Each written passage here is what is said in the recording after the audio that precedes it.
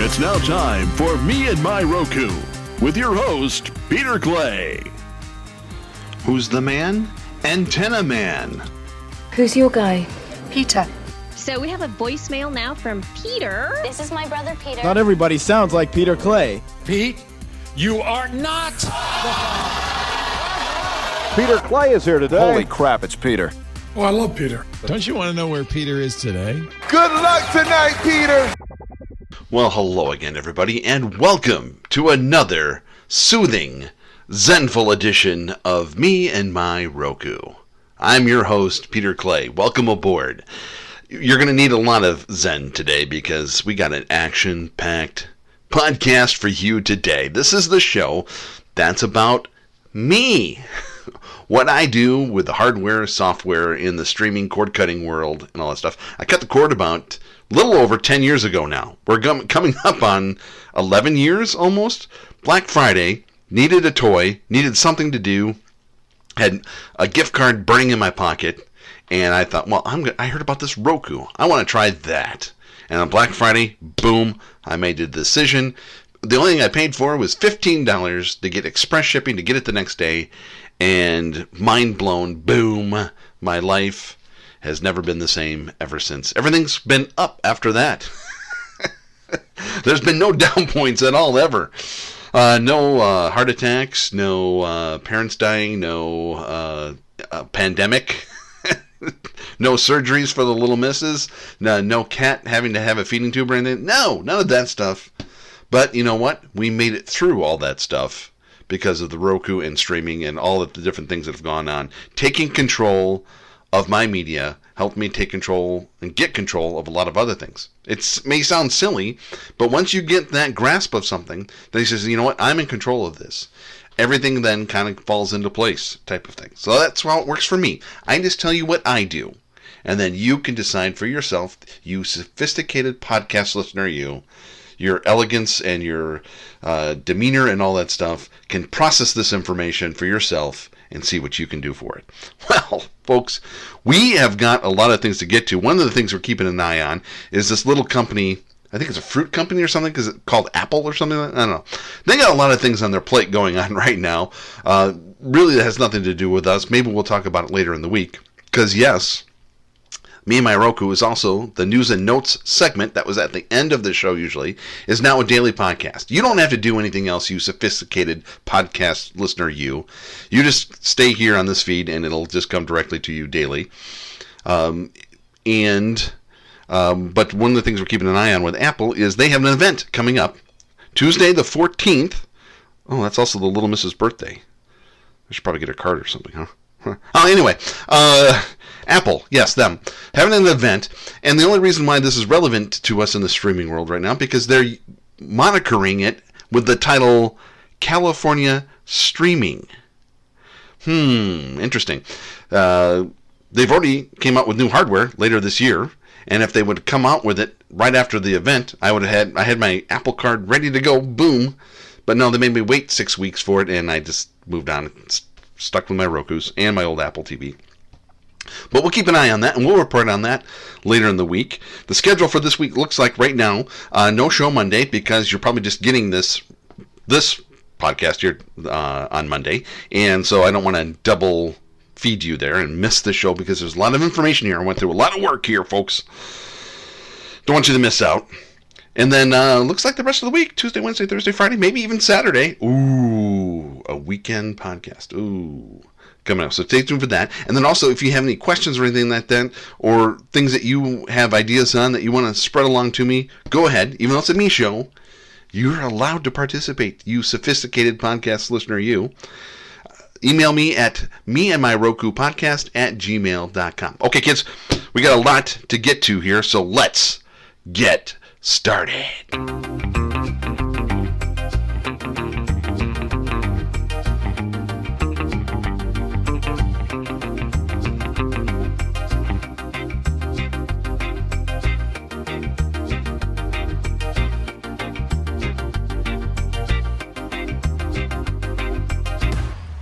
Tranquility Base here. The Eagle has landed.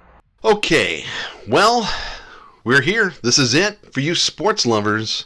We had a taste of the NFL a few days ago with one single game, the Super Bowl champion Tampa Bay Buccaneers, and America's team, the Dallas Cowboys. Networks just can't get enough of the Cowboys, even though they haven't done anything in almost 30 years. But hey, let's put them on every week. Anyway, that's a side issue anyway. So we're here. This is the first day of the NFL. By the time you hear this, the season's probably already over, but hey, that's okay. You sophisticated podcast listener, you. But anyway, so it's time to discuss a little things that what I do, how I get set up for the NFL. I'm all ready to go. I've got it all mapped out. This has been a whole thing for a month now, getting ready just for this moment. But I will say this, for me, I am a fan of sports. To me, the sport is the entertainment. So while I'm recording this, I could be downstairs watching 3 hours of pregame and all that stuff, getting ready, getting all the, nachos and all that stuff ready, and chicken wings and also have it all laid out. No, I'm here with you podcasting because to me, I only care about, in this time zone here, 12 noon Central Time to 10 p.m. tonight. That's it. I don't care about this or that. He said, she said. Oh, I think this team's going to win by this point. Well, I think this team's going to cover the spread, not win, but cover. And I don't get into any of that. I'm all about the sport. We were up 6:30 in the morning yesterday. We had Tottenham Hotspur and Crystal Palace. Thrilling, actually, pretty good game, actually. Big upset by Crystal Palace there. But anyway, that's not important either. So just get it all set up. So I use the 3 TV setup. Okay, got a 24-inch on the left. I have a 55-inch 4K Hisense Ultra HD in the middle, and a 32-inch, I don't think it's 4K, but at least 1080p. A lot of these things, especially on Roku's and different streaming devices, only are at 720 anyway, but that's on the right side then. So 3 TV setup. Got a Chromecast on the left, the Roku soundbar and Google TV in the middle, and Fire TV on the right. I mix them up so there's no remote conflicts or anything along those lines. As a matter of fact, one remote controls 2 TVs, so I got to be a little careful. I'm trying to turn one off and end up turning them both off and all that stuff. So that's the hardware part of it. Then the apps, then I use, I went with Hulu, and I was trying to decide, I mentioned that last week. Do you remember last week? Do we have to go back in the past here? So do you remember last week I said I went with Hulu for my football? It was last week it was such a peaceful time last week. Went with Hulu, and I was trying to decide why I went with that decision. Then I remembered, oh yeah, that's right. YouTube TV is still not on the Roku. Now, I still have the Google TV, and I have the Fire TV and the Apple TV, and it's still available there, but I still have Roku as my main thing, and so I want to be able to have everything available on everything. So that was part of it. Part of it was also gift card availability and all that stuff, and although you can get things on Google, I have different accounts for anyway, that's it's okay. So that's one of the main reasons I went with Hulu. And I just found that Hulu then added the NFL Network and Red Zone. I can get everything all in one and all that stuff. It just seemed to make sense to me. I had Hulu already, had the gift cards. That's when I went. A couple of other things you can use to get NFL football and other sports for that matter then. Paramount Plus will get your local CBS station on there. Peacock has the NBC games. And Hulu pretty much has the rest. What else is there? The one thing I'm going to check, and I will report to this on the News and Notes podcast, is I'm going to check to see if Yahoo still has your local NFL broadcast. So whatever is going to be broadcast in your area will be available on Roku. I'm not sure if you can cheat with a VPN. Usually these things are getting around those things now, and they don't work. But that's another thing to check out then. So another thing to check out is your local stations and stuff. See if they have a Roku channel that will put their local broadcasts on there as well. Now, and as far as a local TV update, we talked about Locast last week. What did we here? There we go. We talked about Locast way back when. since they were shut down. They shut themselves down.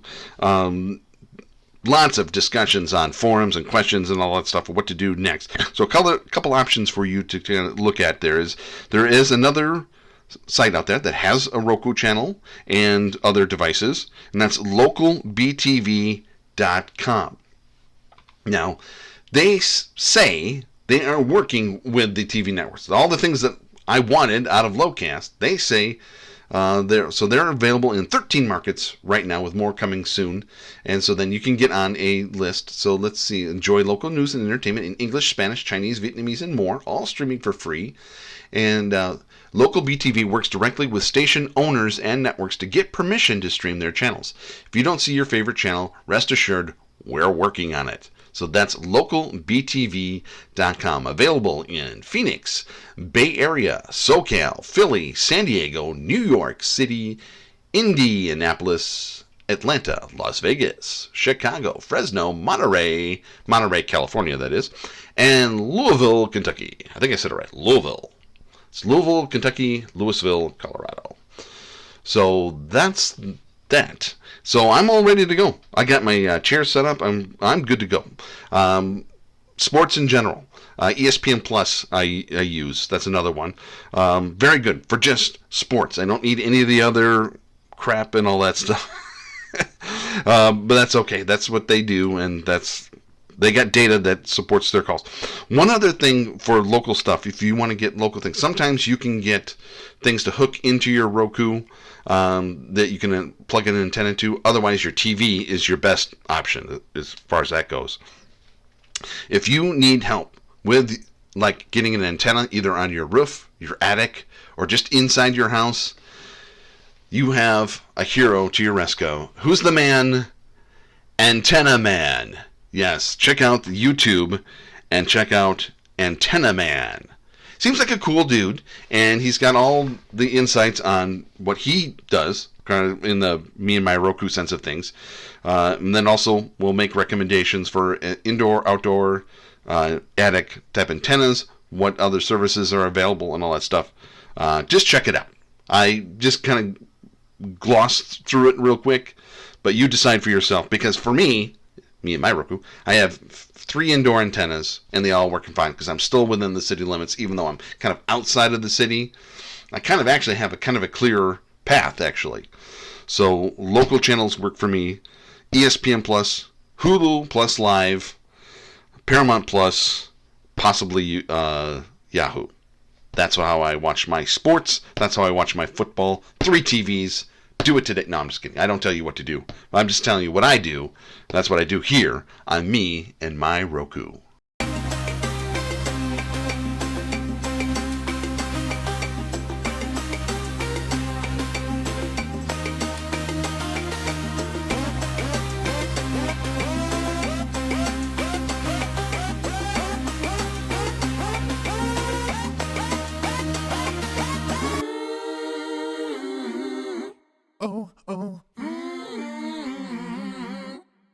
Okay, it's finally official. Amazon is now in the smart TV business with 2 lines of products, the Fire TV Omni Series and the 4 Series. Are you thrilled as I am? We talked about it last week in the news notes. Not quite sure what this really means, because like I said, this monitor that I'm working on right here is an Insignia Fire TV. But I guess they just have more control or something. So anyway, the Omni Series starts at $409.99. Offers smart home controls, including voice controls that can be heard from far away. Available in sizes 43-inch, 50, 55, 65, and 75 with 4K Ultra HD resolution, as well as support for HDR10, HLG, and Dolby Digital Plus. The 65 and 75-inch models are slimmer for aesthetically looking consumers. And added support for Dolby Vision. The 4 Series starts at $369 with 4K UHD resolution, HDR10 and HLG for image quality while watching. The lineup includes 43-inch, 50-inch, and 55-inch. So if you were in, what is it? The prices, yeah, okay, $369 on up. there's a chip shortage going on. I thought around football season here, I thought there'd be some bigger deals, and we'll have to see around the holiday times, around Black Friday also as well. Oh, I forgot to see when of these are coming. I actually did some research here. I think they're available in October. What does this mean to us Roku users and other device users and all that stuff? Nothing. Every TV you're going to get now is going to have some sort of a smart capability now, okay? Remember back in the day where every TV was a 3D TV? Whether you wanted it or not, it just came with that? Well, you're going to get that now too. And I don't care. I mean, these are the worst that they're going to be. They're going to continue to get better and all this stuff, but they're still not going to be as good as having that standalone device. I don't care what you get, whether you get an Apple TV, Roku, obviously it's me and my Roku and all that stuff, but they're all fine. Even the Fire Stick, Fire TV, and all that stuff. So they also, Amazon announced a new Fire Stick 4K that's available, I think now even too. So you can see how excited I am about it that I don't even know the whole details on it. But there's options for you always. It's just that backup, that the processing capability of having that standalone device is just always going to be there. Your monitor, your TV, and that clarity and that UHD, HLG, whatever, that's going to last for years. That's going to be fine. But the software is not going to, things are moving so fast, they're not going to be able to catch up to everything. And the resolutions and all the different things that we're going to want as far as user interfaces and all that stuff goes. The updates on they're harder to update. They don't always update right away. Whereas the Roku, boom, I check it every day, at least 4 times a week. There's some sort of an update for it as well. Even the Google TV, even the Apple TV, every now and then. So that's just my recommendation on that. So that's great news. There's other TVs out there as well, all the time.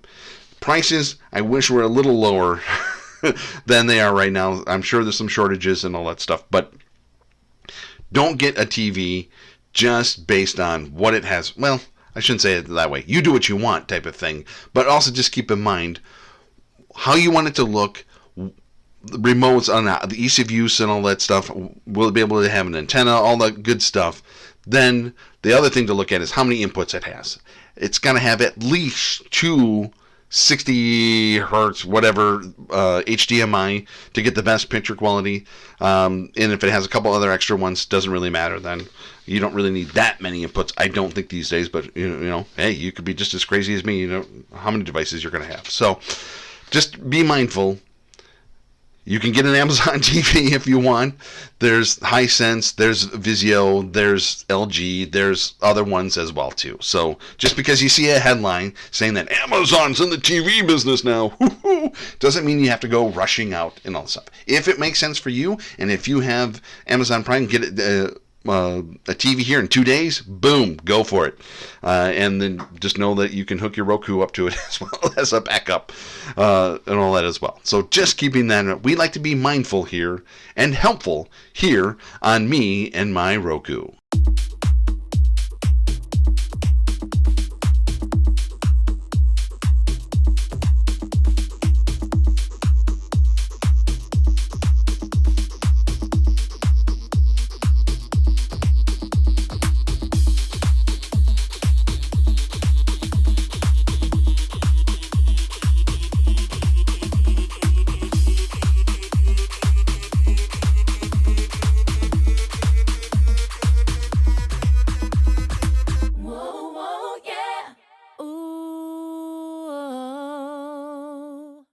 Okay, kids, gather around. Not that close. It's okay. If you've been watching some of these football games, you look at the crowds and all that, you'd go, what pandemic? Yeah. So let's just kind of keep our distance together, but come a little closer here so we can have a little chit-chat, a little discussion here. The bandwidth of this podcast and all my podcasts since 2005 has been made possible by archive.org, the keepers of the Internet Archive. The archive turns 25. That rhymes. They invite you on a journey from way back to way forward through the pivotal moments when knowledge became more accessible for all. From the Library of Alexandria to Johannes Gutenberg's invention of the printing press, from the First Amendment's guarantee of the right to information to the creation of the World Wide Web. Come back with them to 1996 and check out the building of the library of everything for the digital age.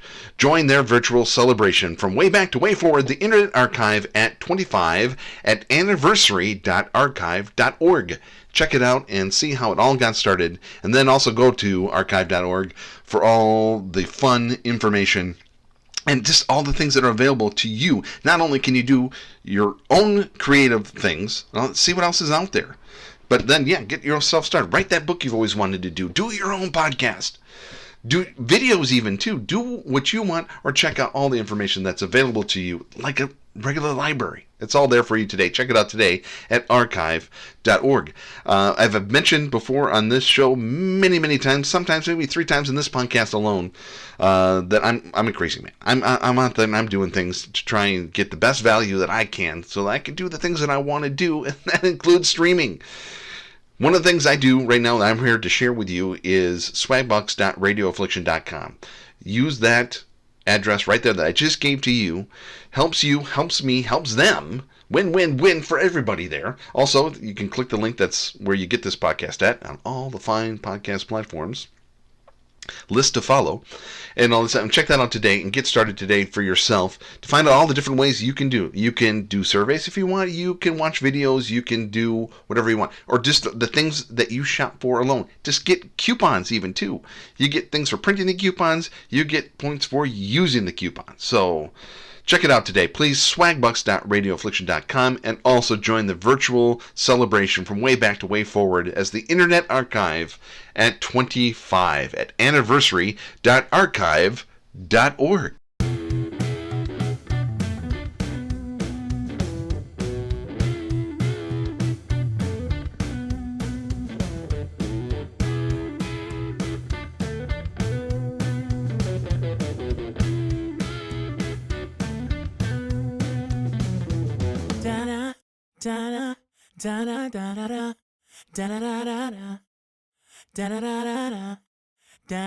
Take this higher.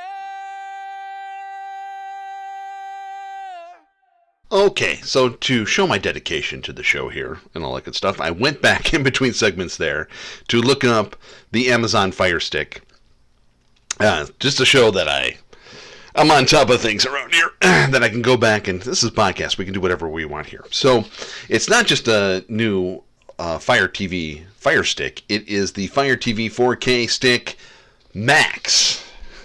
$5 more than the current Fire TV Stick 4K. It'll start at $54.99 and is 40% more powerful than the previous Fire TV Stick 4K. Whew. Support for Wi-Fi 6, smoother 4K streaming for a Wi-Fi 6 router. 1.8 gigahertz, 754 megahertz, a lot of hertz there, megahertz, gigahertz, all that stuff. So, 8 gigs of internal storage, 2 gigs of memory, and 1, as compared to the 1 gig, well, yeah, that's, folks, come on. So, actually, I may be in the market myself. I have an old Fire TV box. Remember those things? And I don't think it gets quite all the updates. It doesn't have the new user interface.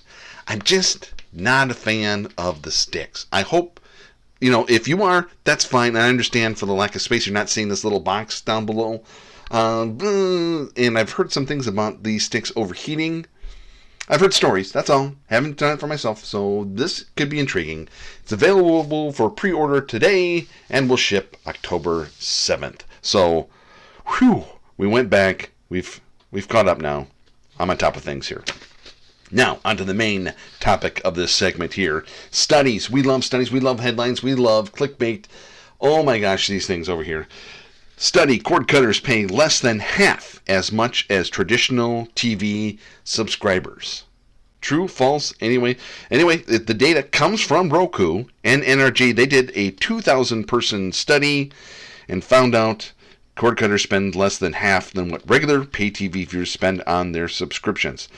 On average, if you watch at least 5 hours of TV a week, the average monthly cord-cutting bill is $49, while pay TV subscribers spend $121 a month. Wow. So, look, you can spend a lot, you can save a lot. You don't have to spend anything. You can just get the Roku, have your internet. See, that's the other trick on that, is that's not including the price for internet. So for mine right now, because I use a cable company for my internet service, that's a little expensive. I had a deal for a year, and it went up the next year, and it was still agreeable, and now it's kind of in that territory. I just like that stability, and so I'm going to try and do it for a year, because I do, like I say, things in the background that just don't worry about it.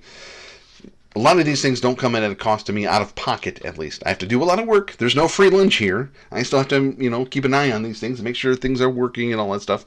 And I get paid in gift cards then that I use then for my streaming devices. So I'm not getting anything for free. I'm working for it. But still, saving a little money on that, just with a little bit of work. So, interesting study. So now other things will say subscription video on demand grows to 78% of home entertainment. And then another research from the Parks Associates reports that cord cutters are spending an average of $85 a month, and that's but still $30 less than traditional TV. So the survey are still saying, you can just debate about the amounts. Now that's based on 5 hours of shows. It doesn't say what the Parks Associates are on. And I would say the Parks Associate reports makes more sense to me.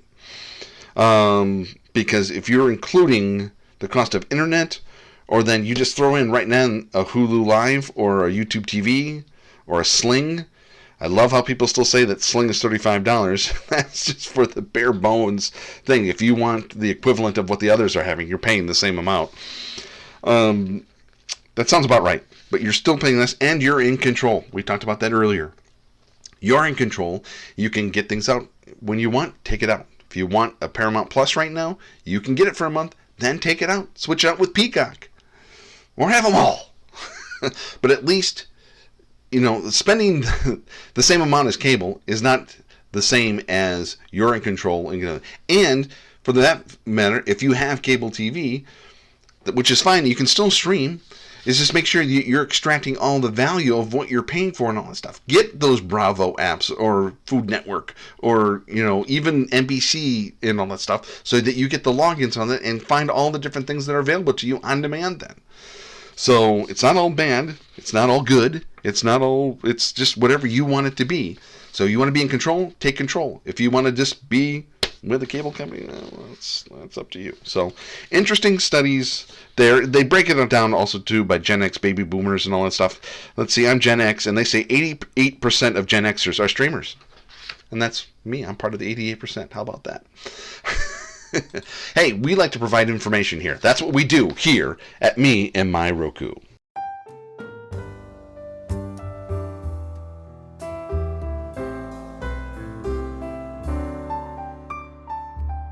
The best view comes after the hardest climb.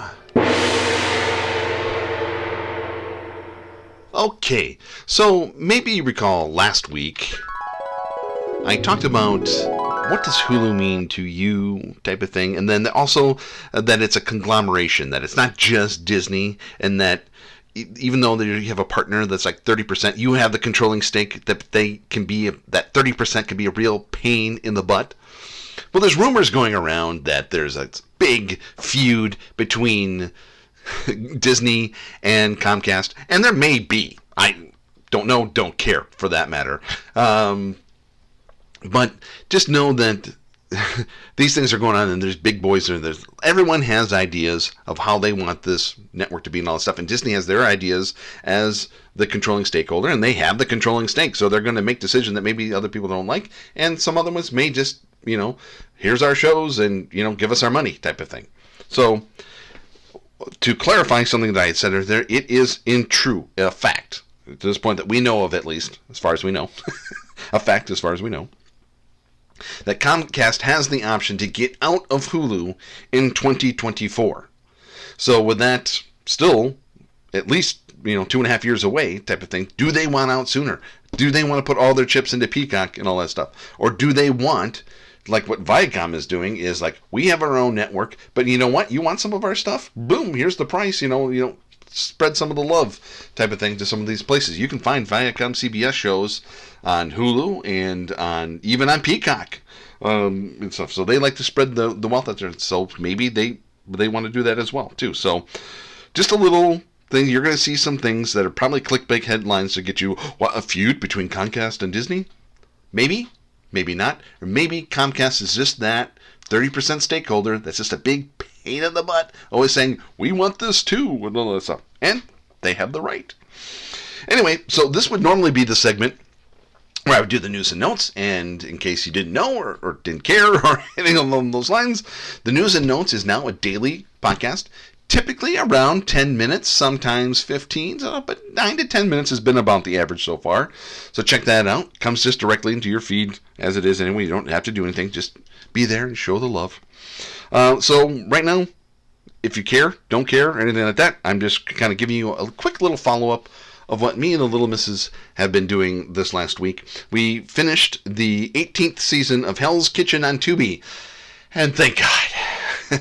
As much as I loathe that show, when you get through the show, the cream does rise to the top. And so the person who won should have won, and actually the final two were the two best ones and all that stuff. So once you get rid of all the, and who knows if they're just there for dramatic effect and all that stuff.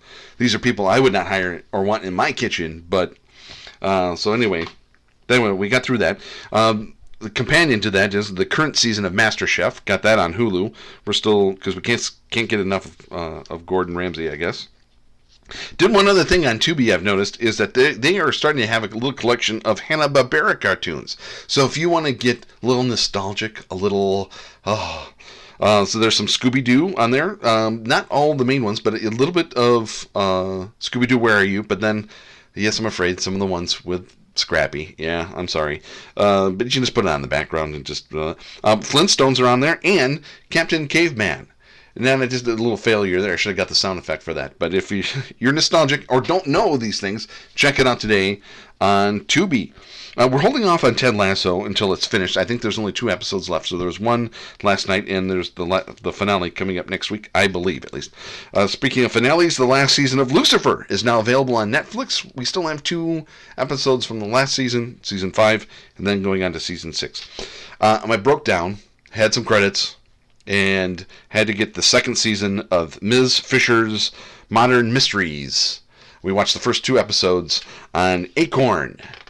It's all these murder mysteries. It's all the kind of same thing, but it's interesting. The first season of that show, there was 3 kind of like movies, and so you had kind of greater depth in the stories. They're kind of doing 8 to 10 episodes of regular hour television, and I don't know, but so just doing it for 1 month to get through that, and then we'll get. That's the beauty of these shows. You can get in and get out. Maybe just a tad bit of football we watched this week. Some baseball too, because when you have a 3-screen setup and you like sports, there's baseball, there's Canadian football, there's college football, there's football and soccer and all that stuff. And then also to fill in the gaps, we did watch some more Brian Christopher slots on YouTube, because her total knee replacement, we can't get to the casino right now. It gives her the little fix that she's looking for. So, well, folks, I'm getting a little itchy, a little twitchy. We're getting a little closer to kickoff time here. I gotta get my Zen back and get all prepared for 7 hours of commercial-free football on my Red Zone. But if you need more of what I'm doing and all this stuff, I swear to goodness gracious, I will get to MeandMyRoku.com. I am updating the Facebook page. I know but you can also follow me on Twitter at Radio Affliction. I'll put a couple things on Instagram at Peter Argyle. You can check that out. But then just remember that all this would not be possible if it wasn't for archive.org. We thank them for their support and celebrate their 25 years of the Internet Archive. All right. You can subscribe to this podcast, and you can get it on just about any platform that's available on podcast. I've done the work on this, folks, and I will be going through all of it and making sure that they're all working. So if you run into any problems that, hey, I used to get it on here, and now I have to get it here, let me know. But you can subscribe to the Me and My Roku podcast on Apple Podcasts, Google Podcasts, Stitcher, Spreaker, Spotify, TuneIn, Amazon Music, Ghana, GeoSavan, Himalaya. Oh, look at SoundCloud. They're still there. YouTube, iHeartMedia, Podbean, Pandora, and Odyssey. If you have questions, comments, or anything along those lines, just want to say hi, please email me at meandmyrokupodcast@gmail.com. Hey, I hope you are enjoying you and your Roku as much as I'm enjoying me and my Roku, and I'll be back with you real soon.